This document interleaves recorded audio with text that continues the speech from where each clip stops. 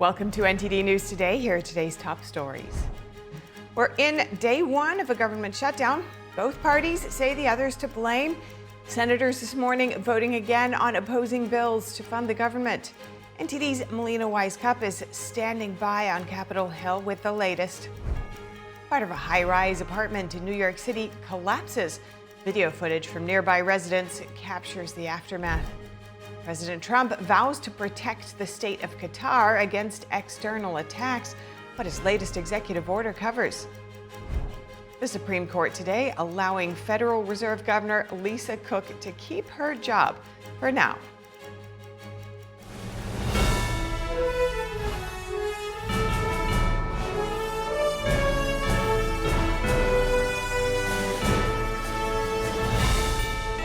This is NTD News Today, live from our global headquarters in New York City. Today is Wednesday, October 1st. I'm Stephania Cox. A government shutdown kicked in overnight. The last time this happened was during President Trump's first term. It lasted 35 days, making it the longest shutdown in history. Republicans control Congress, but they need Democrat votes in the Senate to pass funding bills. NTD's Melina Wisecup joins us live with updates. Melina, good to see you again. Moments ago, senators voted again on bills from both parties to fund the government. How did that vote go? What are the sticking points? Right, Steph. So earlier this morning, senators voted on two bills of short-term government funding bills, one from Senate Democrats, one from Senate Republicans. They voted on the Democrats' version first. That version, in addition to extending government funding, also would repeal changes to Medicaid that Republicans made in their One Big Beautiful Bill Act. It also would extend tax credits for Obamacare subsidies. Now, this failed with no Republican support yet again, just like the vote we saw last night. Then senators once again moved on to the Republican version of the stopgap bill, which simply extends government funding for the next 7 weeks. Now, that would essentially keep government funding levels stagnant at levels that both Republicans and Democrats have previously agreed to. The sticking point here is around health care. Listen to both sides. You should go read Chuck Schumer's counterproposal for the CR. We have a clean CR. They have a dirty CR, okay? And one of the reasons it's so dirty is because they wanted to cut $50 billion from the rural hospital fund that we all work so hard to put into the American taxpayers' tax cut, American families' tax cut, because the One Big Beautiful Bill handled that. Preserving and expanding access to quality, affordable care has always been House Democrats' top priority. It should come as no surprise to Republicans that we wouldn't support their agenda that dismantles health care, makes it more expensive, and puts it out of reach for hardworking families. That's why we've done everything in our power to give Republicans the opportunity to do the right thing, to join with us, to work, to collaborate. Now, Democrats say the health care debate is urgent to happen right now, while Republicans say this is not the right time to be debating health care policy. They say if Democrats work with them right now on this extension of government funding, they can then later have a longer and more robust debate and discussion around health care policy as well as around the budget more broadly, Steph. All right, so how does this all end as you see it? Right. So we're waiting for the final vote result on that Republican stopgap funding bill. They're working on that in the Senate right now. And so far, it does look like those three Democrats who have been repeatedly voting with Republicans on their version of the stopgap have continued to vote yes with Republicans. So that's the key here, Steph. Republicans seeing this Democrat support from these few Democrats, they are hopeful that they're going to be able to peel off one by one more Democrat members. They're hopeful that these continuous votes will put more pressure on Democrats to eventually vote with Republicans and get that bill to the president's desk to reopen the government, Steph. All right. Well, it's only a matter of days. If precedent is anything to go by, we'll be watching closely and speaking soon. Thank you so much, Melina. So what happens exactly during a government shutdown and how could it affect you? In general, essential public services will continue to operate. An estimated 700,000 essential government workers will still report to work, but without pay until the shutdown ends. Another roughly 848,000 non-essential federal workers will be sent home without pay. The military will keep operating, as well as veteran benefits programs. If you're receiving Social Security benefits, you can still expect the checks to come in the mail or online, I suppose.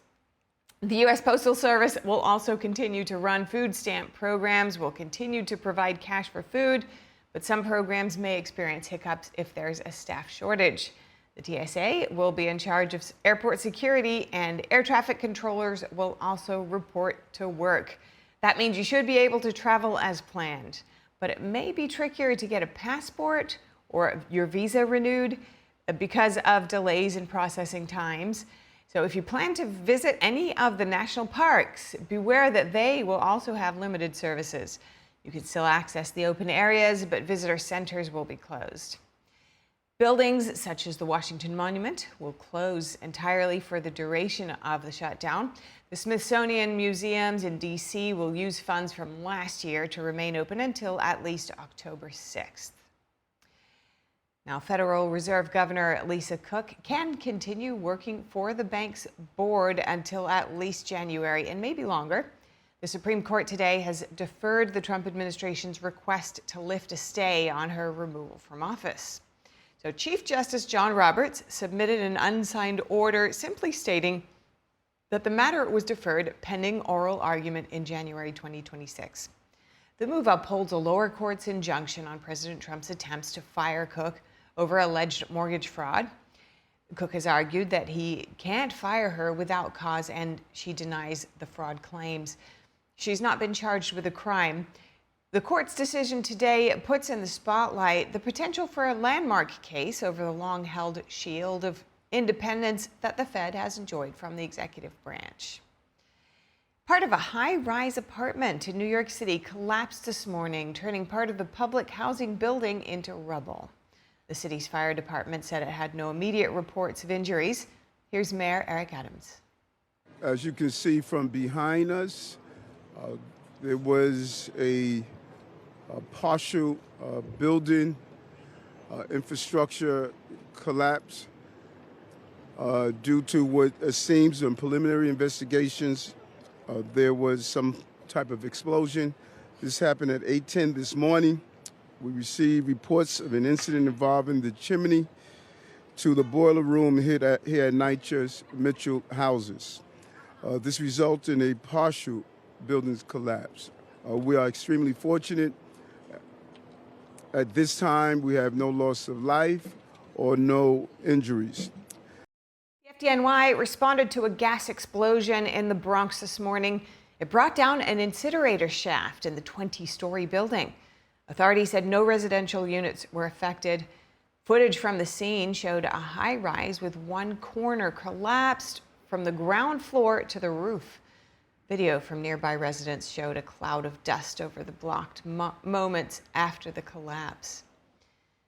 And President Trump has signed an executive order vowing to defend the nation of Qatar in the Middle East. This comes after Israel launched a strike in Qatar against Hamas leaders last month. The order says the U.S. and Qatar have close cooperation and shared interests. The Middle Eastern nation also hosts U.S. forces, including the U.S. Central Command's forward operating base. The order reads, quote, "The United States shall regard any armed attack on the territory, sovereignty, or critical infrastructure of the state of Qatar as a threat to the peace and security of the United States." In the event of an attack, the order gives the U.S. the power to use the military to defend Qatar if necessary. Qatar is a major U.S. ally in the Middle East and has been acting as a key mediator in the Israel-Hamas war. Stay with us for much more coming up. We've got a short break. See you soon.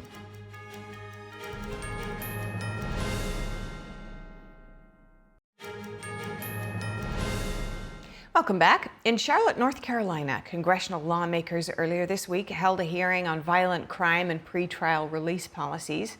Victims' families shared their stories, highlighting failures in the justice system. NTD's Christina Corona tells us more, and a warning, this report does include content some viewers may find disturbing. represent the Charlotte Washington, D.C. lawmakers were in Charlotte, North Carolina on Monday for a victims of violent crime hearing tackling solutions to rising violence. The session follows the deadly stabbing of Ukrainian refugee Irina Zarutska on the city's light rail in August. Congressman Jeff Van Drew said a magistrate judge let Irina's killer walk free even after his own mother called him dangerous. The magistrate judge said, well, this is the 14th time he committed a crime, but, I think it'll be his last because he signed a handwritten note that he's going to be good. And now a young woman, and there's other stories, it's not the only story, but this young, beautiful woman with her entire future in front of her, working 3 jobs, living the American dream, believing in America, she's gone. Family members of crime victims testified, including Mia Alderman, the grandmother of Mary Collins, who was murdered in 2020 when she was only 20 years old. She was stabbed over 130 times. Mary was then wrapped in plastic and hidden inside a mattress.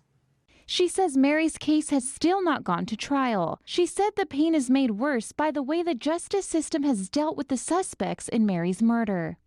2 of them were released on bond, as if their crimes were minor, as if they stole a candy bar or, maybe broke in a car or something. Steve Federico, father of 22-year-old Logan Federico, also testified. His daughter was fatally shot during a home burglary in May by a repeat offender. She was 5'3". She weighed 115 pounds. Bang! Dead. Gone. Why? Because Alexander Devontae Dickey, who was arrested 39 times, 25 felonies, was on the street. He should have been in jail for over 140 years for all the crimes he committed. Charlotte-Mecklenburg police officer Justin Campbell, who was injured while saving fellow officers during a 2024 ambush that killed 4 officers and left him with a leg that had to be amputated, also testified. Why is it that we take people who commit these heinous crimes and we do not hold them accountable for their actions? We sit there and we try to give it a reason as a mental health issue or some other type of issues that realistically doesn't take blame. Congressman Van Drew says safety and American values must come first, and that serious, violent, repeat crimes demand strict action. Christina Corona, NTD News. So many of the victims spoken of in yesterday's hearing were young people, unsuspecting, minding their own business. Joining us now to discuss the criminal justice system more broadly, we're speaking with John Kufos, a criminal justice reform advocate and former criminal trial attorney. Good to have you with us today, John. What's the crux of the problem as you see it? Sure. Well, there's really 3 separate problems we heard about, and I give Congressman Van Drew a lot of credit for holding that. He's a congressman in the district where I live in New Jersey. And the first issue is pretrial. So pretrial is what we talk about bail, right? You shouldn't be releasing people if they're dangerous. And if they are dangerous, you have to be able to somehow assess that danger. So in this situation with Irina, the person was let out with that promise to appear, which given his background would not have happened in a great majority of the states in America. And at the same time, no one said, this person, whether they have a mental illness or not, is not fit to be on the streets. That's the first issue. The second issue, we talked about the delay in trial from the other victim that testified, I think Ms. Alderman. So the problem there is that cases, and I can tell you this having tried many, cases get worse for the prosecution over time. So time is almost always a friend of the defendant.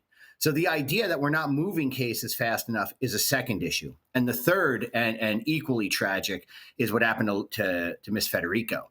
I mean, here's a person with 25 felonies. I mean, even in states like New Jersey, that person would have been in prison for an extended term. So the idea is to make sure that repeat offenders, particularly repeat violent offenders, receive long sentences. The number one predictor of recidivism in this context, obviously age is always the one, but what we're talking about here is certainty of punishment. And if we knew that people were going to trial quickly and punishment was certain, you'd see a reduction. But unfortunately, that's not happening here. Okay, I'm sure there are quite a range of approaches that you've been digging into and you've seen and could recommend. You recently wrote an op-ed in USA Today about some of the positive changes that you see coming through recent federal action. Let's start with what actions you think will be felt most that are coming down the pipeline. Sure. So President Trump's position on bail, even though bail is primarily a state issue, is, as I wrote in USA Today, is really going to catalyze the type of pretrial release system we need, which is based on danger. Danger above all else. Some of my criminal justice advocate friends might take a different approach. I come at it from public safety, right? If we're not keeping the community safe, the reform should not happen at all. So in this particular situation, we have, as we rethink these jurisdictions like New York, who abolished cash bail and put no risk assessment in, President Trump's executive order is going to move us to a place where risk becomes part and parcel to every pretrial release decision everywhere in America. And if we do that, we're going to have much safer streets. Yes, that is a big one. And based on your experience working closely in so many different angles within this sector, what more do you think could be done to turn the tide and reduce violent crime? Sure. So number one, again, bringing a danger-based system, a risk-based system to pretrial release decisions. Secondly, we need to fully fund prosecutors' offices, district attorneys, to hire the number of district attorneys they need to prosecute cases. Oftentimes, these delaying cases are simply because of bandwidth from the prosecutor's office. They don't have enough DAs or the courts themselves. We have to bring justice. We have to speed up the justice process, right? Consistent with constitutional principles. And we have to have a really uncomfortable conversation in this country about juvenile crime, by the way, even though juveniles were not implicated in the subject of Jeff Van Drew's hearing. But we're seeing an uptick in juvenile violent crime, and the penalties are not matching sometimes the offense. So we need to rethink that. And we do need to build a better mental health system in this country. Now, that doesn't mean let people out with a piece of paper that says, yes, I promise to show up and I'm going to go to treatment. That's not what I'm talking about. I'm talking about if someone is a danger to the community because of a psychological issue, the handcuffs they wear to county jail should transport them to a locked-in mental health facility until they are receive the treatment they need to be fit to be incorporated back into society. I think that's what we need, and I think we're starting to see some of that. I mean, the president's executive orders on a number of fronts are going to bring us to that point, probably, I would say, next year or the year after. Okay, very interesting. And I want to also ask you whether you think there's anything missing from this conversation more broadly around criminal justice, especially from your perspective. You have an extensive career in the criminal justice system, and you've also got your own personal experience having served time for drink driving. And I think, if I may ask you, how that might have shifted your perspective, if at all, on this issue? Oh, of course you can ask. So I'm one of the rare people, right, who tried big gang and organized crime cases and was an inmate myself for drunk driving injury I caused. The thing I learned in prison, learned a couple things in prison, but I'll tell you one of the things that jumped out at me is that, there are people I was locked up with who, if you gave them treatment, wouldn't reoffend again, right? There were a subset of that population. But the uncomfortable truth is, and take it from a guy who did his time in general population, the uncomfortable truth is there is also a subset of the population that if you gave them a second chance on a silver platter, they're not taking it, right? And for those people, there's only one answer, which is time, right? That's the only thing you can do is specifically deter a small subset of the inmate population. So I think you have to look at it from both ends, right? Addiction treatment issues, mental health issues, second chance hiring, jobs. I mean, I'll tell you, when I was locked up, no one asked me for money, but nearly everybody asked me for a job. So that should tell you what the great majority of people in prison are trying to do. But we don't have a system that is equipped for the people who are released with no services and simply don't want a second chance. And I think we have to confront that, because when we don't confront the most violent offenders in our society, it prevents the ability to do meaningful reform for everybody else who's trying to do better with their time. Well, an important discussion, some sobering and very timely thoughts you're sharing with us today. Thank you so much for your time, John. Thank you. Next, tense moments at Utah State University hours before the first Turning Point USA event in the state since Charlie Kirk's assassination. Utah State in Logan is 2 hours north of Utah Valley University, where Kirk was killed last month, tragically. Law enforcement yesterday detonated a suspicious device found on campus. Here are the details. Authorities evacuated Utah State's old main building after an employee spotted someone place a device under a tree outside. A bomb squad later determined it was not explosive but detonated out of caution. The university says it does not believe it was an intentional threat or related to the event. The scare came amid heightened security for Turning Point USA's event, the first in Utah since founder Charlie Kirk was assassinated at Utah Valley University earlier this month.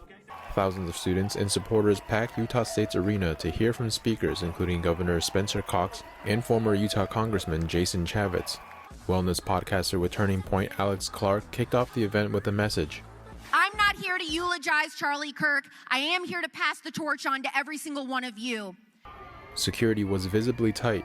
Drones overhead, metal detectors at every entrance, and tactical teams on site. Despite the scare and heavy security, the night was less about mourning and more about carrying on the movement Charlie Kirk started. We are witnessing the most powerful conservative youth movement in the history of America. Utah Governor Spencer Cox urged people across the political spectrum to treat each other with respect. He very passionately believed that anger never persuades and that hostility never convinces anyone. Peacemaking is not soft. It's the hardest thing you can do. For many in the crowd, Kirk was a voice of truth, whose death has only strengthened their resolve. I love that Charlie had that impact on so many people, and so many people have come out of the woodwork and declared who they are religiously, and I think it's a phenomenal thing. Turning Point has seen tens of thousands of requests to start new chapters across schools nationwide. Immigration and Customs Enforcement is getting some help in Missouri. Governor Mike Kehoe has given the go-ahead to the state's National Guard to assist ICE in various tasks. NTD's Daniel Monahan reports on that, plus updates on major ICE arrests, including suspected child predators, human traffickers, and violent criminals. Our nation's soldiers. Governor Mike Kehoe says Missouri is proud to join the Trump administration's efforts to keep the state and nation secure. He says public safety and the rule of law are his top priorities. Kehoe Tuesday authorized the Missouri National Guard to help make that a reality. Soldiers will help out with administrative, clerical, and logistical duties. Meanwhile, ICE is pushing back against accusations from Broadville, Illinois Mayor Katrina Thompson. She said federal agents were making war on the community. ICE Director Todd Lyons says the real threat comes from violent rioters targeting the Broadview Processing Center. He says local police have failed to intervene despite requests from ICE for assistance. Lyons says the lack of help from local cops has enabled agitators to escalate violence and placed federal officers, first responders, and Broadview residents in harm's way.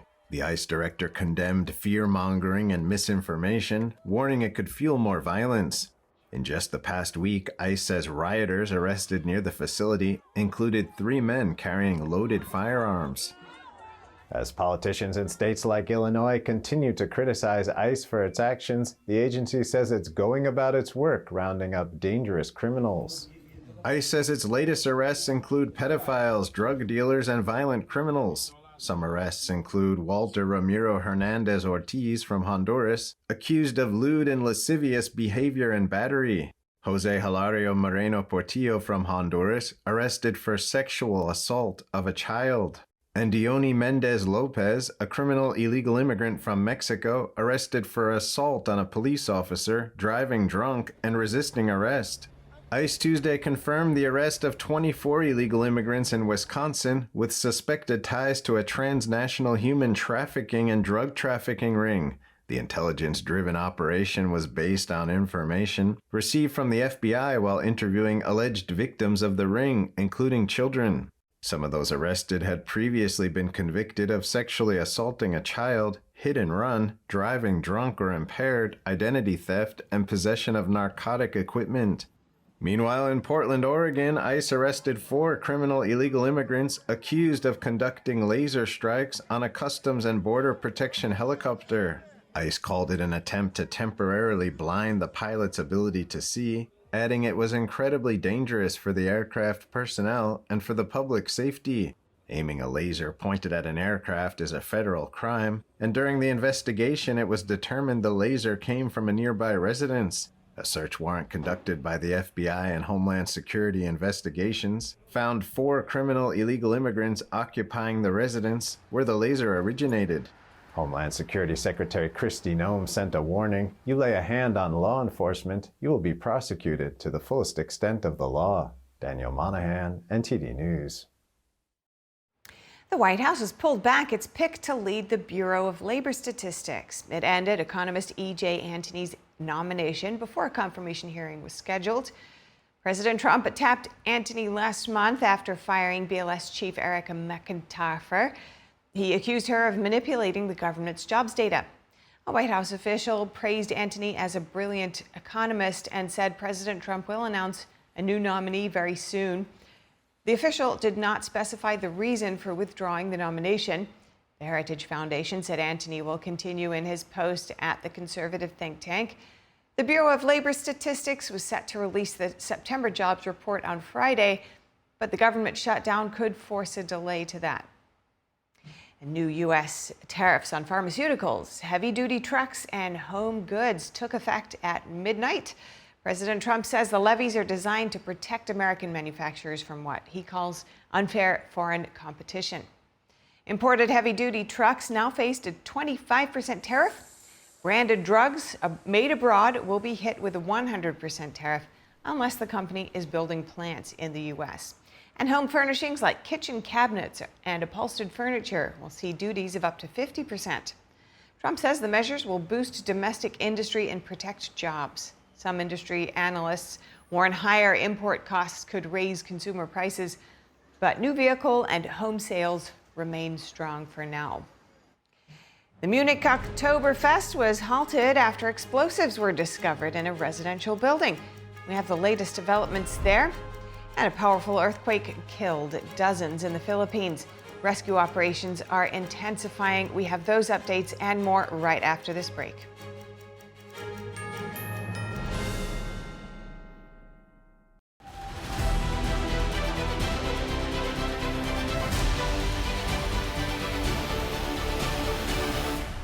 I'm Stephania Cox, and this is World Watch. In the Philippines, the death toll from a powerful earthquake has climbed to 69 as rescue operations intensify. The 6.9 magnitude quake struck off the coast of Bogo City just before 10 p.m. local time yesterday. Forecasters issued a tsunami warning and urged residents to stay away from coastlines. In Bogo City, hospitals were overwhelmed with victims as aftershocks rattled the region.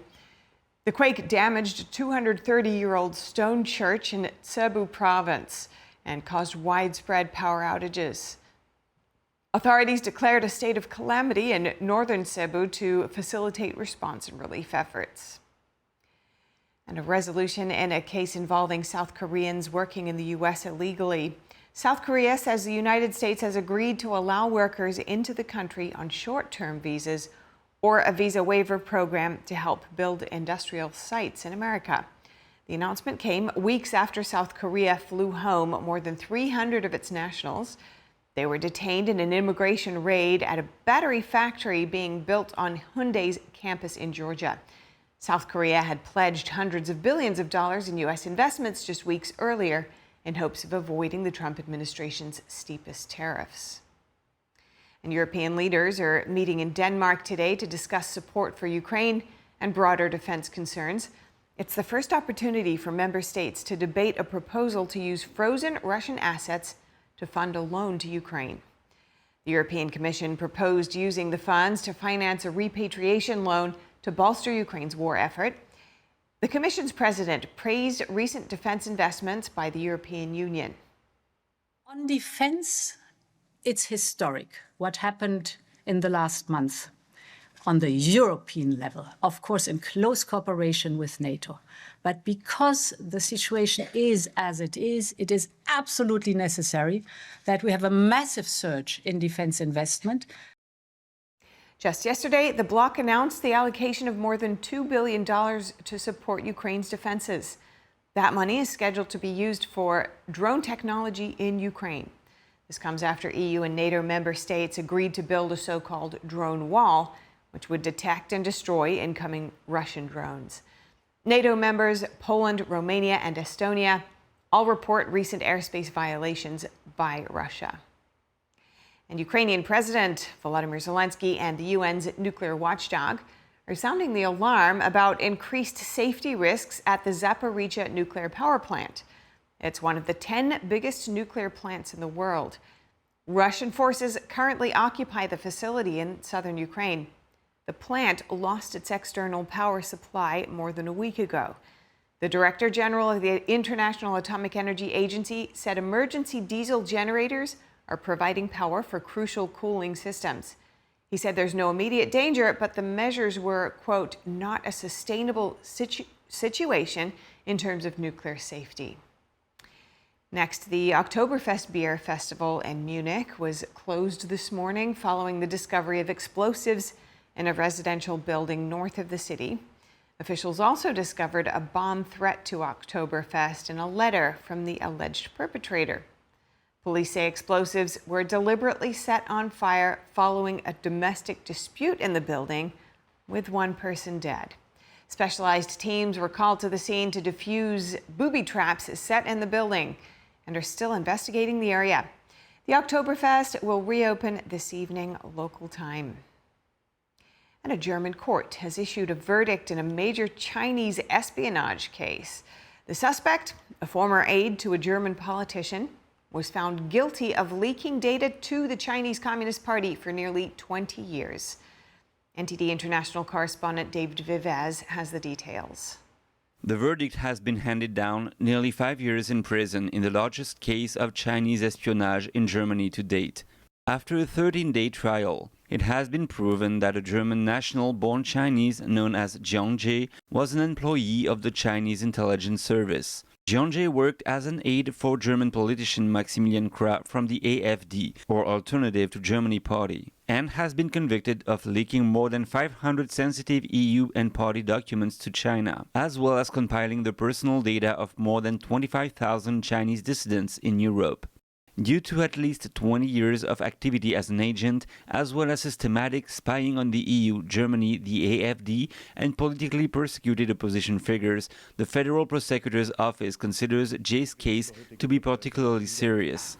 This has been the most serious case of Chinese espionage in Germany to date. The court found that the defendant had been working for the Chinese Secret Service in the Federal Republic of Germany for almost 20 years and had become extensively involved in Chinese intelligence efforts here in Germany. In this role, Jie focused primarily on spying on and blackmailing prominent Chinese opposition figures, with severe consequences for those affected, their families, and the Chinese opposition. The Epoch Times reports that in an intercepted conversation with a Chinese intelligence officer, the discussion is said to have included a January 2024 EU Parliament resolution against spiritual practice Falun Gong, which is persecuted in China. The co-defendant, known as Yat X, has been sentenced to 1 year and 9 months. Finally, together with his co-defendant, Ms. X, he collected information about transports and flights departing from Halle Leipzig Airport, in particular those involving military transport, and he also collected and passed on information about individuals working in the arms industry.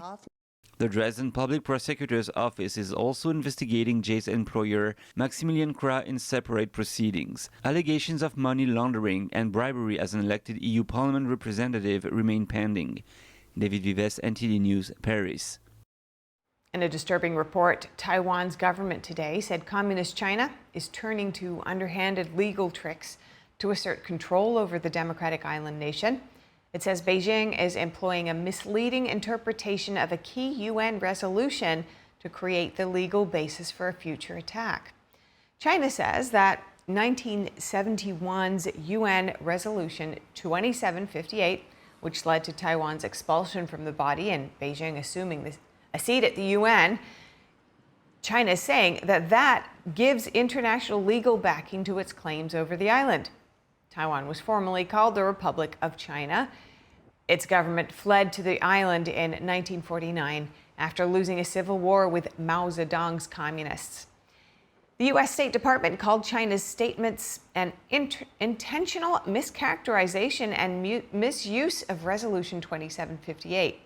It said the comments are part of China's broader coercive attempts to isolate Taiwan from the international community. Is Chinese regime leader Xi Jinping trying to shift Washington's Taiwan policy? Xi stated Tuesday that he's against Taiwanese independence. He made the remark at an event marking the 76th anniversary of the founding of the Chinese regime. This comes after the Wall Street Journal reported that Xi is trying to press President Trump to formally oppose Taiwan's independence and that he may have leverage. That's because Washington is eager to make a trade deal with Beijing. Following the report, Taiwan's foreign ministry confirmed Washington isn't changing its policy on the island. NTD's Tiffany Meyer has this report. In fact, the United States has already made relevant statements on this point, mainly stating that its position on Taiwan remains unchanged and it opposes any unilateral changes to the status quo. In addition, China's action continues to be the single greatest threat to peace and stability in the Taiwan Strait. The Taiwan Strait separates Taiwan from mainland China. Beijing has been regularly deploying military jets to fly near the island. The Chinese Communist Party sees Taiwan as part of its territory and has vowed to take it under control by force if necessary. That's despite never having ruled it. The U.S. acknowledges Beijing's stance toward Taiwan, but does not endorse it. Washington maintains official relations with Beijing, though it sells weapons to Taiwan so it can defend itself. President Trump has said several times that China won't invade Taiwan while he remains in office. The recent remark from U.S. Commerce Secretary Howard Lutnick has sparked concerns on America's defense commitment to Taiwan. Lutnick suggested that instead of relying on Taiwan to make most of America's advanced semiconductors, Taiwan's microchip production capacity should be split 50-50 between the U.S. and Taiwan. So the idea that I pitched them was, let's get to 50-50. We're producing half, and you're producing half. Taiwan's semiconductor industry is known as the Silicon Shield. The idea is that the microchips that Taiwan makes are so vital for U.S. security that Washington would be compelled to protect the island. Lutnick said his goal is to produce enough microchips here at home to fulfill 40% of U.S. demand by the end of Trump's term. The shift would require $500 billion investment dollars. Analysts say the U.S. wants control over key supply chains, especially the chip industry. But Taiwan plays an important role in geopolitical competition, so the U.S. can't ignore the island's security. To respond to the reports about Washington's Taiwan policy, the U.S. State Department says that the U.S. position on Taiwan has not changed, adding it still adheres to the One China policy, which is based on the Taiwan Relations Act, as well as the 3 U.S.-China joint communiques, and the 6 assurances to Taiwan. All of these exist to safeguard the status quo. And for more exclusive China news and in-depth analysis, tune in to China in Focus with Tiffany Meyer at 9 p.m. Eastern, right here on NTD. And we're in day 1 of a government shutdown. Both parties say the other's to blame. Senators this morning voting again on opposing bills to fund the government. NTD's Melina Weiskopf is standing by on Capitol Hill with the latest after this.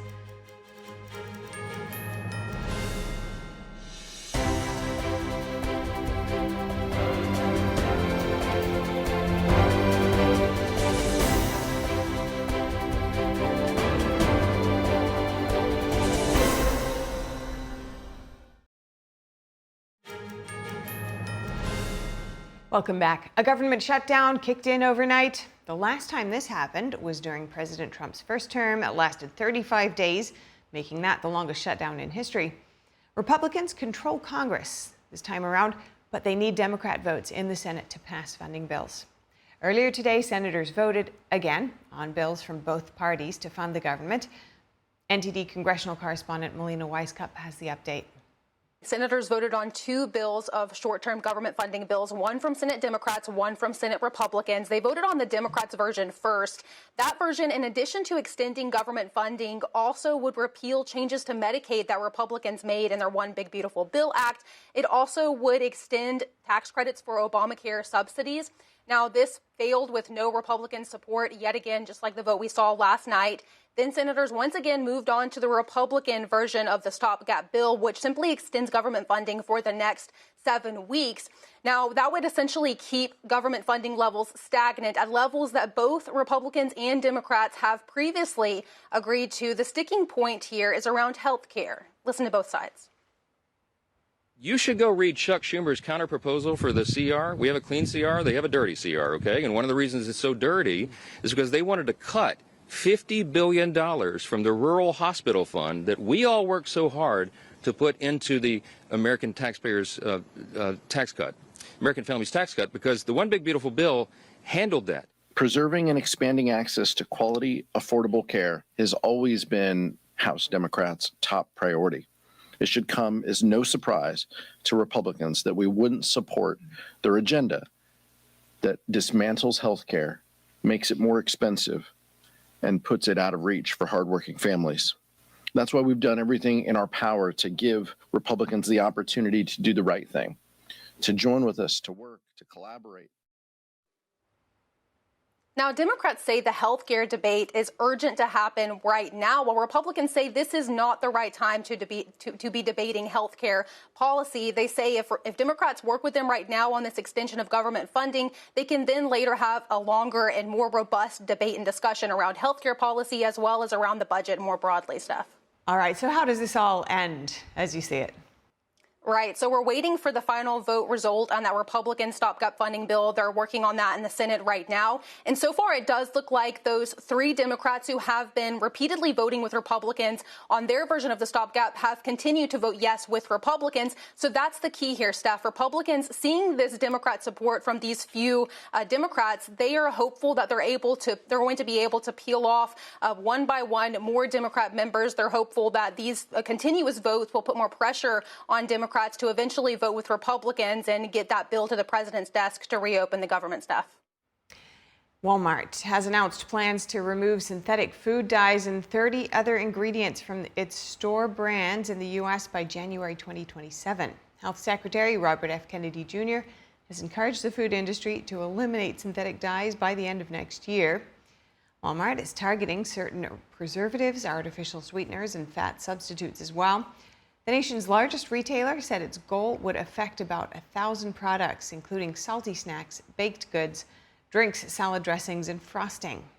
In recent months, major food companies such as Kraft Heinz, Nestle, and Congra brands have pledged to eliminate synthetic dyes. Walmart said its decision reflects the availability of alternatives for maintaining product quality, taste, and affordable pricing. We turn now to the weather and 2 hurricanes in the Atlantic. 5 homes have collapsed into the surf on North Carolina's Outer Banks as Humberto and Imelda raise powerful waves. The homes in Buxton had been perched on stilts but toppled into the waves as heavy surf pounded the shoreline. Debris, including wood, furniture, and even an entire house, was swept along the beach as waves surged in. No injuries were reported, but park officials warned more collapses could follow and urged visitors to avoid the area.